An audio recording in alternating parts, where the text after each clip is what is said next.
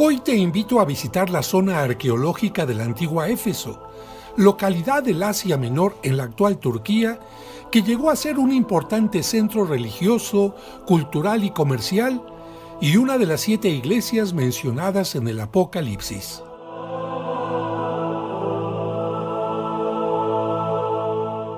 Aquí vivió San Pablo a partir del año 54, más de 2 años, y posiblemente escribió aquí las cartas a los colosenses, efesios, filipenses, a Filemón y una parte a los corintios, algunas de ellas estando en prisión.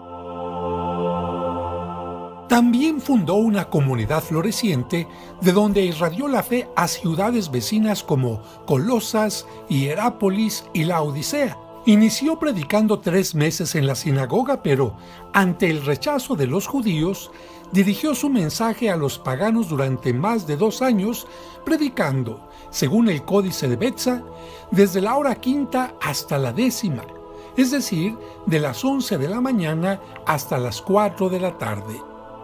Y aunque llegó a ser encarcelado por sus enemigos, su palabra logró que se quemaran varios libros de magia. Sin embargo, San Pablo tuvo que soportar los ataques de los orfebres que vivían del negocio de fabricar imágenes de la diosa Artemisa de múltiples pechos, pues aquí tenía su templo, el mayor de la antigüedad y una de las 7 maravillas del mundo antiguo, con 120 columnas de 20 metros de altura.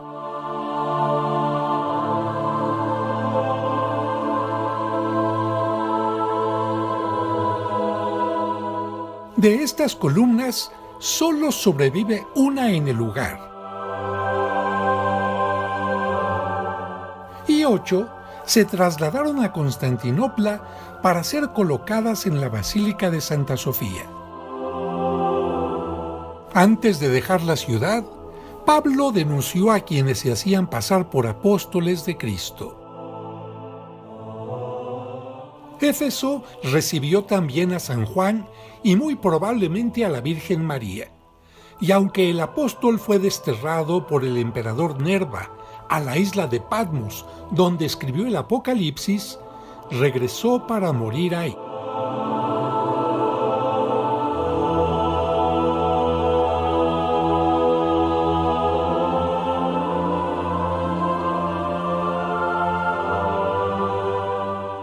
Éfeso fue también sede del Tercer Concilio Ecuménico, en el que se declaró que la Virgen María es Madre de Jesucristo, Dios y hombre, por lo tanto, Madre de Dios.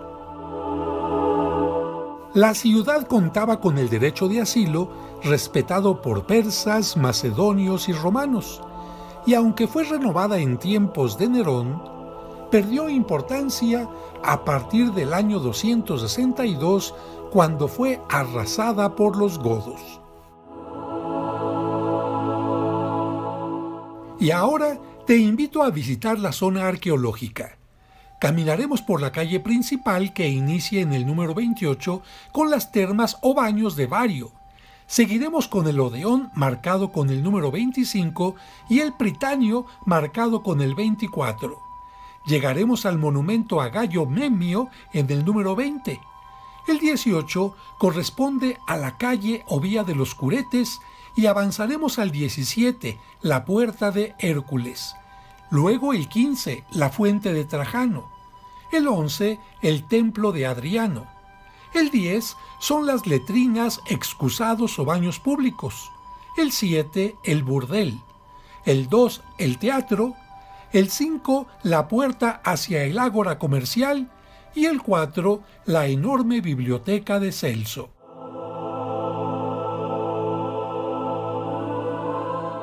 Ya con boleto en mano, nos acercamos a la entrada.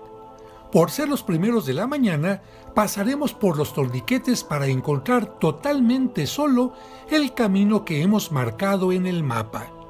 Se trata de la avenida principal que muestra restos de columnas y otros elementos arquitectónicos, y más adelante toma el nombre de Los Curetes.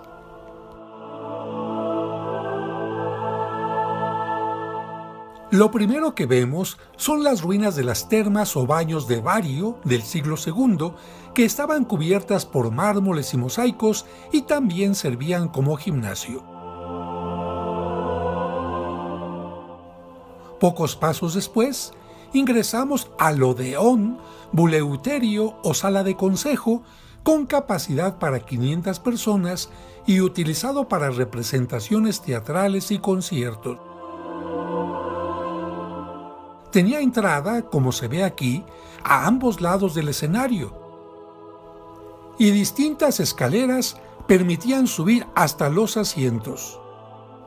Fue construido en el siglo II después de Cristo por Dedio Antonio y su esposa, siguiendo el esquema de los teatros romanos, que a su vez se derivó de los griegos, con una zona para el público, otra para los músicos y otra para los actores.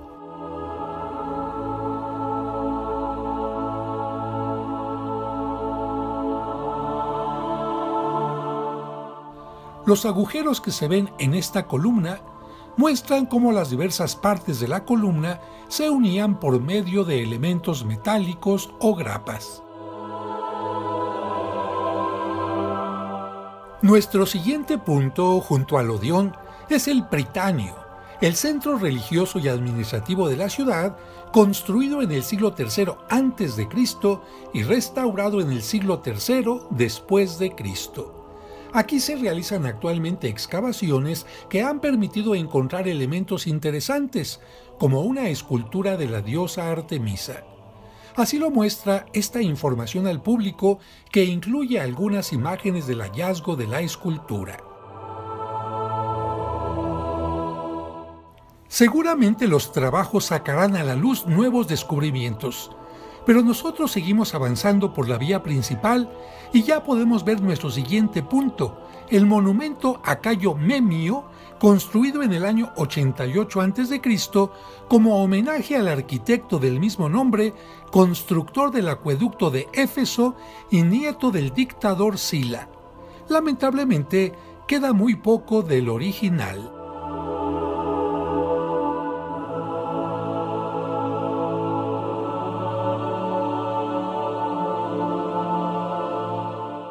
Continuando por la vía principal, empedrada y flanqueada por una gran cantidad de fragmentos de columnas, esculturas y restos de edificios, llegamos hasta aquí, una rampa en el centro que nos hace pasar por dos pilares que, desde nuestro lado, no tienen nada especial, pero si volteamos, podemos verlos así. Es la llamada Puerta de Hércules, que lo representa vestido con la piel de león de Nemea, al que venció en uno de sus 12 trabajos. Los pilares son del siglo II después de Cristo y se colocaron aquí entre los siglos IV y V después de Cristo para indicar el inicio de la Avenida de los Curetes y el final del camino para los vehículos, porque el resto de la avenida, que llega hasta la biblioteca de Celso, estaba reservado para los peatones. Y mientras caminamos por la avenida, nos imaginamos a los personajes que la habitaron o visitaron. La leyenda dice que la ciudad fue fundada por las Amazonas, cuyo nombre se derivó de su reina Apasa, pero también se menciona a Androclo, hijo de un rey de Atenas, como fundador. La gobernaron jonios, griegos y romanos, pero la mayoría de los vestigios que se conservan pertenecen a la época de Lisímaco del año 287 a.C. En la época del emperador Augusto, hacia el 27 a.C., fue la capital de Asia y una de las más importantes del mundo, con 200.000 habitantes. Cicerón, Julio César, los emperadores Trajano y Adriano, así como Marco Antonio y Cleopatra, estuvieron aquí. Hacia el año 37, San Juan llegó a Éfeso con la Virgen María y entre el 53 y el 54, San Pablo y San Lucas. En el año 431 se reunió aquí el Tercer Concilio Ecuménico, en el que se estableció que la Virgen María es Madre de Dios y en el año 565 se construyó la basílica sobre la tumba del apóstol San Juan. Pero ya llegamos a los restos de la fuente de Trajano, primer emperador romano de origen español que gobernó entre los años 98 y 117, logrando una gran extensión militar. La fuente se la construyó y dedicó Claudio Aristión entre los años 102 y 114. Estaba presidida por una gran estatua del emperador, flanqueada por otras esculturas de dioses, héroes y miembros de la familia imperial, de las que se han encontrado algunas. Continuamos el recorrido por la Avenida de los Curetes, que por cierto era el nombre que se utilizaba para nombrar a los semidioses y también a un tipo de sacerdotes. Y mientras caminamos, imagínense esta calle totalmente iluminada por la noche porque Éfeso fue la primera ciudad del mundo que se preocupó de que sus calles principales tuvieran luz.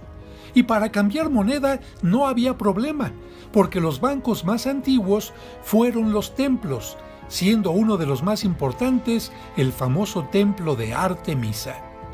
Ya al fondo se ve la biblioteca, pero nosotros damos un vistazo a una pequeña calle que confluye en la principal y también miramos hacia atrás para ver cómo el terreno hacia el puerto va descendiendo.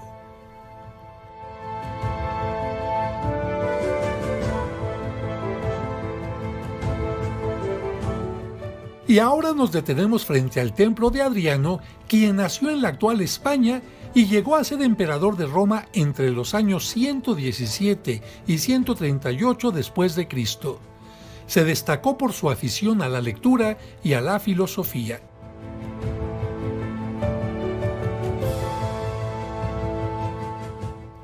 El templo se construyó en estilo jónico cuando el emperador vivía y fue restaurado por el emperador Teodosio en el año 391. Tiene columnas y pilastras corintias y un delicado friso con escenas de Andróclo, hijo de Codros, rey de Atenas, de quien se dice que fundó Éfeso después de matar a un jabalí. Los relieves del friso son estupendos.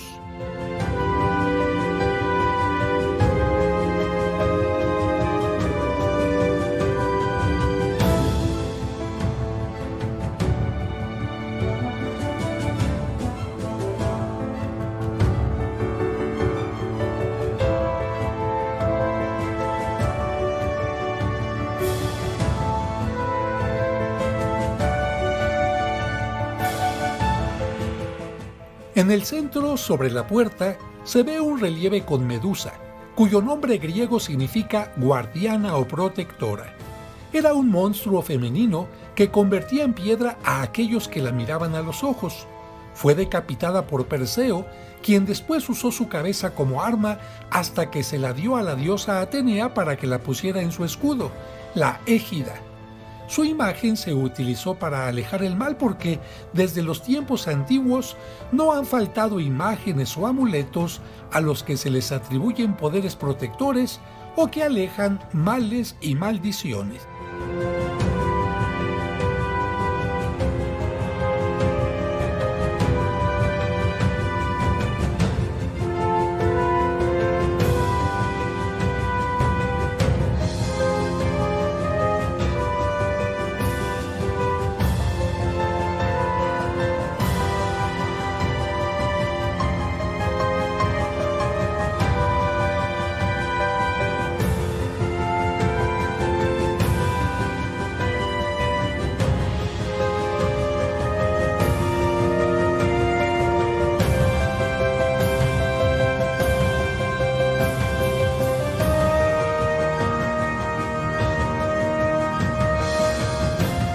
Dejamos el templo de Adriano y continuamos el recorrido por la calle de los Curetes.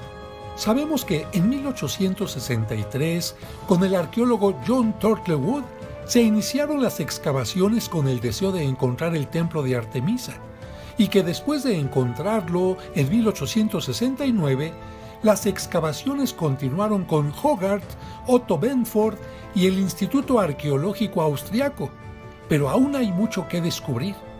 Imagínense cuántas calles podría tener una ciudad con 200,000 habitantes. Por eso, entraremos a una calle secundaria de las tantas que tenía la ciudad para observar espacios que podían ser utilizados como bodegas o comercios.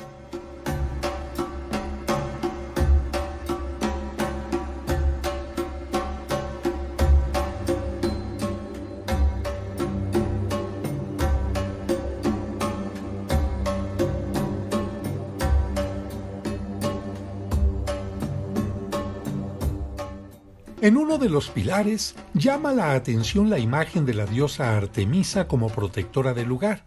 Durante mucho tiempo se pensó que lo que llevaba a la diosa al frente eran múltiples pechos o testículos de toros sacrificados, hasta que gracias a una excavación en su templo entre 1987 y 1988, se descubrió que se trataba de una multitud de perlas de ámbar con forma de lágrima que adornaban su antigua escultura de madera en el templo.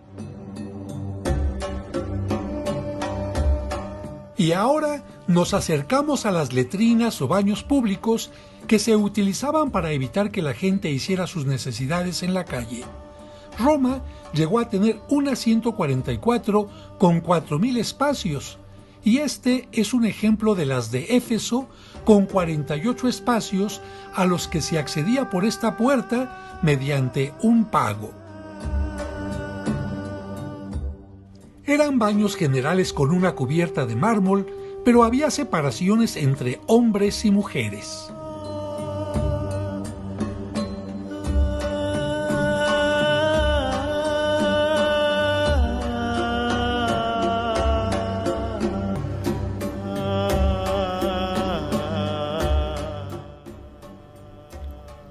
Así se ven desde la parte de arriba.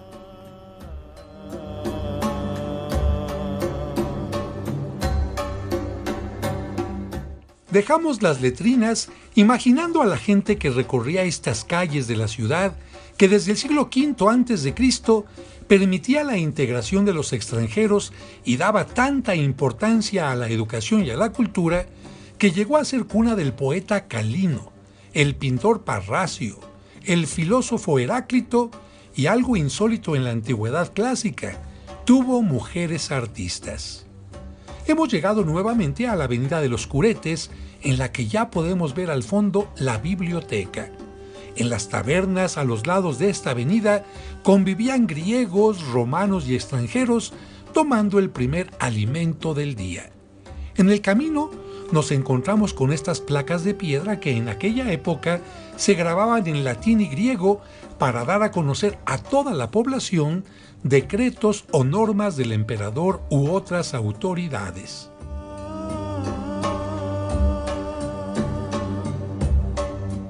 En otras ciudades romanas también se han encontrado placas en metal con un mismo texto en diversas lenguas, especialmente griego y latín.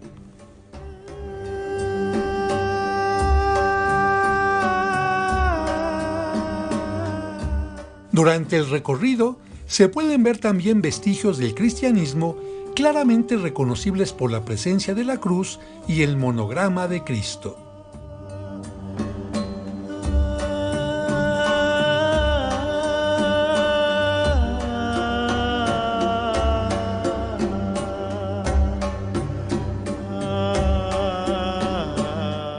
Y antes de llegar a la biblioteca, es importante observar esta fotografía que muestra su estado en 1970, con solo las bases de algunas columnas y fragmentos de las esculturas de la fachada.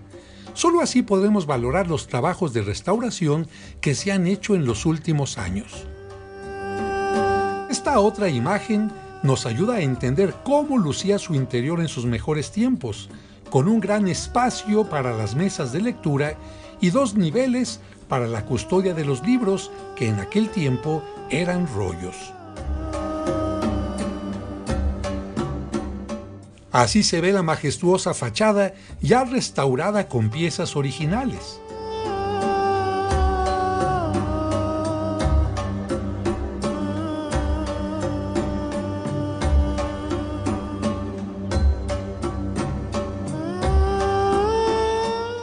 y a su lado derecho las puertas de acceso al ágora comercial.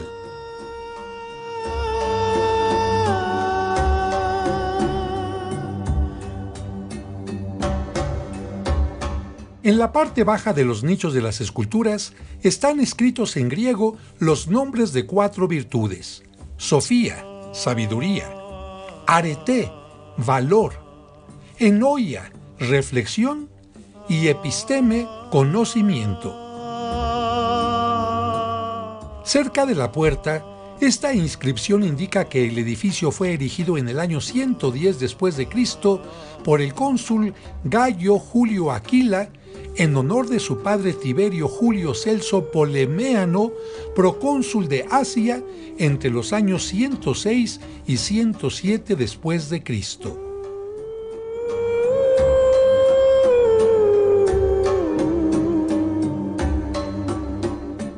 La fachada está sostenida por 4 columnas dobles, entre las que hay 4 nichos que enmarcan las esculturas de las 4 virtudes ya mencionadas, mismas que se consideraban las 4 virtudes de Celso. El edificio es de planta única y se accedía a él a través de 9 escalones de mármol. Tenía 3 puertas, siendo la central más grande que las laterales, pero todas ellas están adornadas con ventanas situadas sobre su dintel.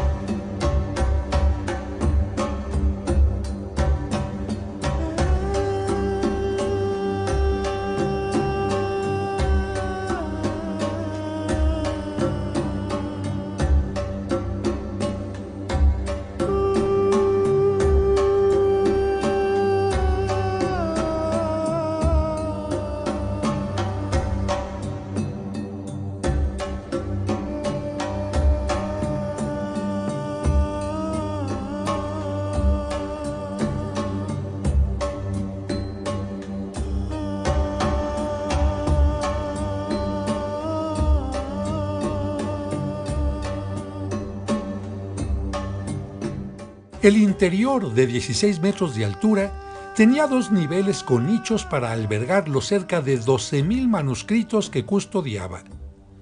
En la planta baja, la gran sala de lectura, a la que las ventanas, gracias a su orientación hacia el este, permitían el paso de la luz a primeras horas de la mañana, para que, como decía Vitruvio, beneficiara a los madrugadores. En el segundo piso no había sala de lectura y era solo espacio para guardar parte de los manuscritos. Pero, además de los rollos, llegó a guardar algo muy singular. Una sala subterránea de techos abovedados protegía la tumba de mármol de Celso, muy probablemente en un sarcófago de mármol blanco que se encontró en el lugar. Esto fue un honor especial para Celso porque era poco habitual que alguien se hiciera enterrar en una biblioteca o incluso dentro de los límites de una ciudad. Este edificio se considera importante por ser uno de los pocos restos de lo que era una biblioteca en los tiempos de la antigua Roma. También muestra que las bibliotecas públicas no solo se construyeron en Roma, sino a lo largo de todo el Imperio Romano.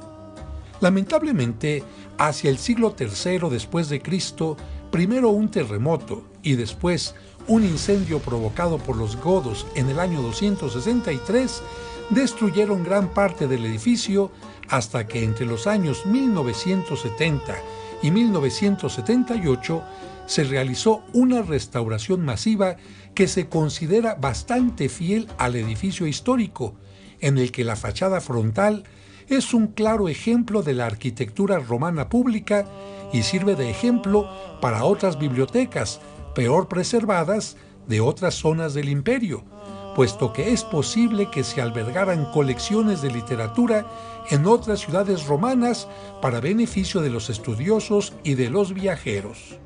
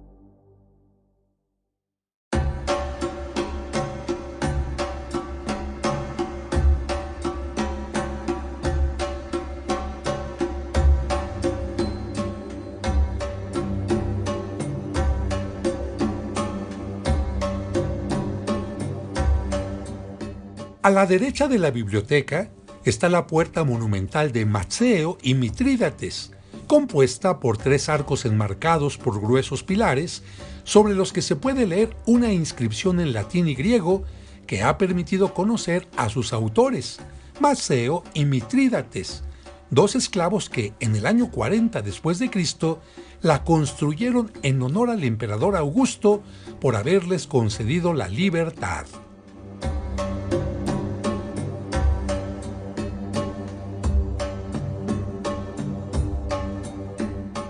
La puerta daba acceso al mercado de la ciudad y al ágora, zonas muy cercanas al puerto, de las que se conservan algunas columnas.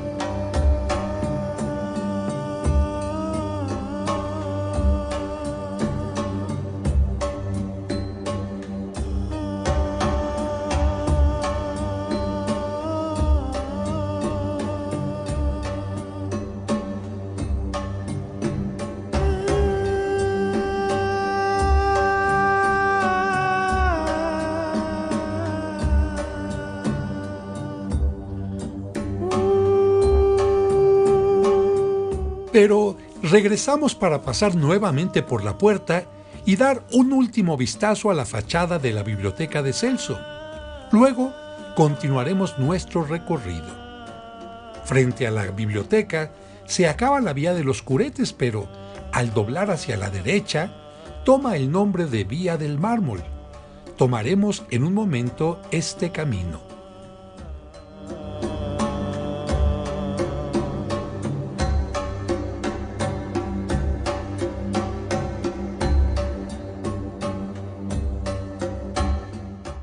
La Vía del Mármol conducía al teatro que se ve al fondo.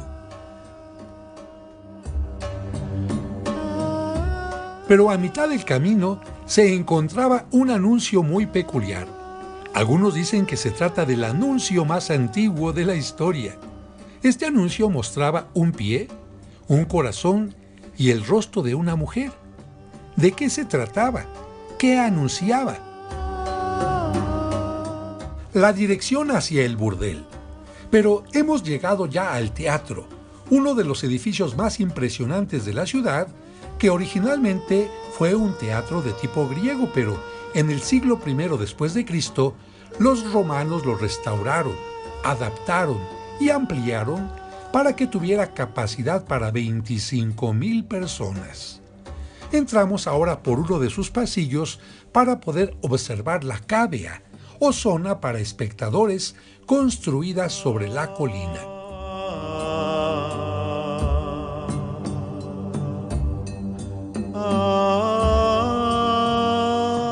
Tiene forma de herradura de 220 grados y un diámetro de 151 metros. La fila superior estaba a 30 metros de altura.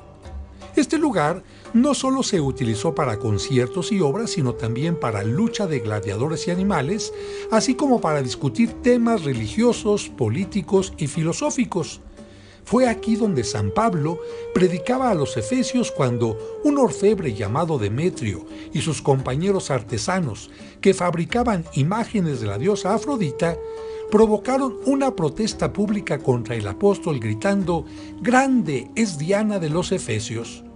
Como ellos no quisieron escuchar al apóstol y prefirieron seguir haciendo los ídolos, con el paso del tiempo, la frase ad Efesios, que significa a los efesios, se comenzó a utilizar para designar ídolos, figuras feas o acciones opuestas al bien. Así concluimos la visita a estos espacios de Éfeso, a unos pasos de donde se llevó a cabo el concilio ecuménico que declaró a la Virgen María como Theotokos, Madre de Dios.